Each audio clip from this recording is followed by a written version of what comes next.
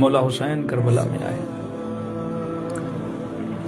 کہتے ایک بندہ تھا جس نے تجارت پہ گیا، واپس آیا، کوفے کا رہنے والا، لیکن بزنس میں اس کو بہت لاس ہوا، نقصان ہوا.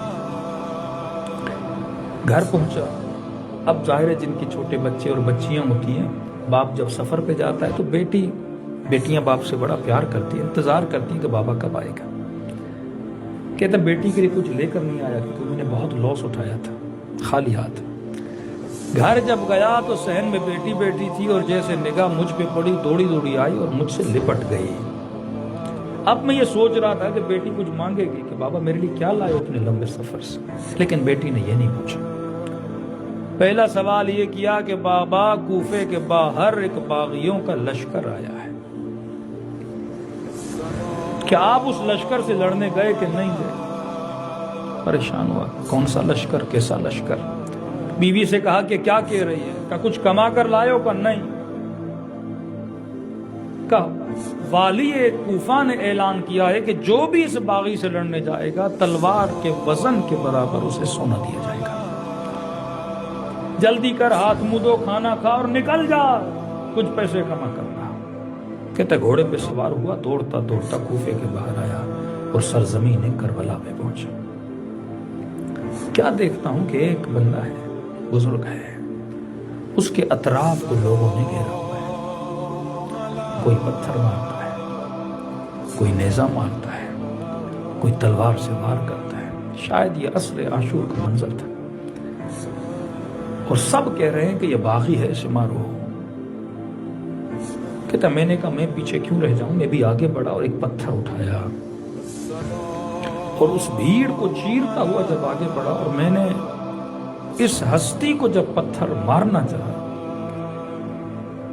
تو اس نے اپنی نگاہیں بلند کر کے میری طرف دیکھنا شروع کیا.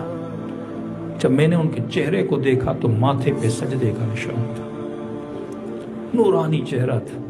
میں نے کہا کہیں ایسا نہ ہو اس والی کے وجہ سے میں کسی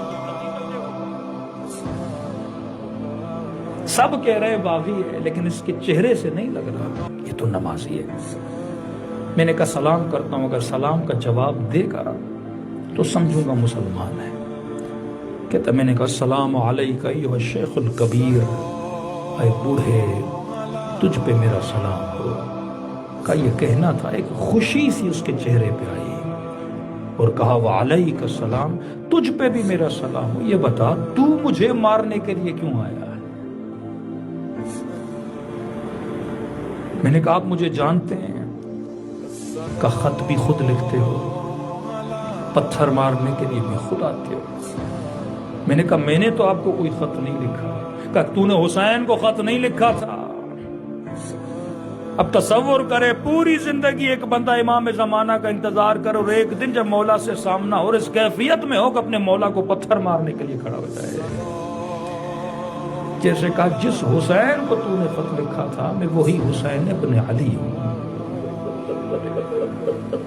کا پاؤں سے گویا زمین نکل گئی، جا کر امام کے قدموں میں گرا. میں نے کہا مولا واللہ مجھے نہیں پتا تھا، میں تجارت پہ گیا تھا، اگر پتا ہوتا آپ آئے اپنی جان آپ پہ نچھاور کر دیتا. تلوار نیام سے نکالی. مولا جب تک زندہ ہوں آپ کو ایک زخم آنے نہیں دوں گا. امام نے کہا جتنا جلدی ہو سکے کربلا سے باہر چلا جا، تیرا نام شہدائے کربلا میں نہیں ہے. میں نے کہا مولا کیسے جاؤں، کلیجہ پارا ہو جائے گا. کہا حکم دے رہا ہوں جتنا جلدی ہو سکے نکل جا. کہا مولا جلدی کیسی؟ کہا بھی آواز دوں گا حل من ناصر ینصرنا، اور اگر آواز کو سنا مدد نہ کی جہنمی بن جاؤ گے. میں نہیں چاہتا، تیرا نام شہداء میں نہیں ہے، مصلحت یہ ہے کہ تو کوفے کا حکم کی تعمیل کرتے ہوئے آگے بڑھتا گیا. چند قدم بڑھا ہی تھا ہوتا ہوا تو پیچھے سے پھر آواز دی ذرا میرے قریب آ.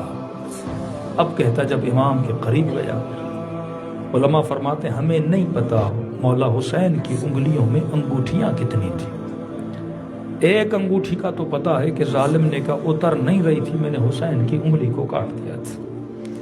شاید دوسری انگوٹھی کہتے ہیں یہ تھی. کسی کا قریب آیا، امام نے ایک انگوٹھی اتار کے اس کے ہاتھوں پہ رکھی. یہ بیان کر رہا ہوں کہ اہل بیت کتنا تیری نسلوں سے محبت کرتے ہیں. ہاتھوں پہ رکھی کہ مولا یہ کس کے لیے دے رہے ہیں؟ کہ تیرے گھر میں ایک 4 سالہ بچی ہے. جب تو سفر پہ گیا تھا تیری بیٹی نے کہا تھا بابا جب واپس آؤ تو میرے لیے انگوٹھی لے کے آنا. کہ تجھے یاد نہیں پر حسین کو یاد ہے. جب گھر جاؤ تو یہ انگوٹھی اپنی بچی کو دینا اور اتنا کہنا جسے تو مارنے گیا تھا وہ باغی نہیں تھا وہ نمازی تھا.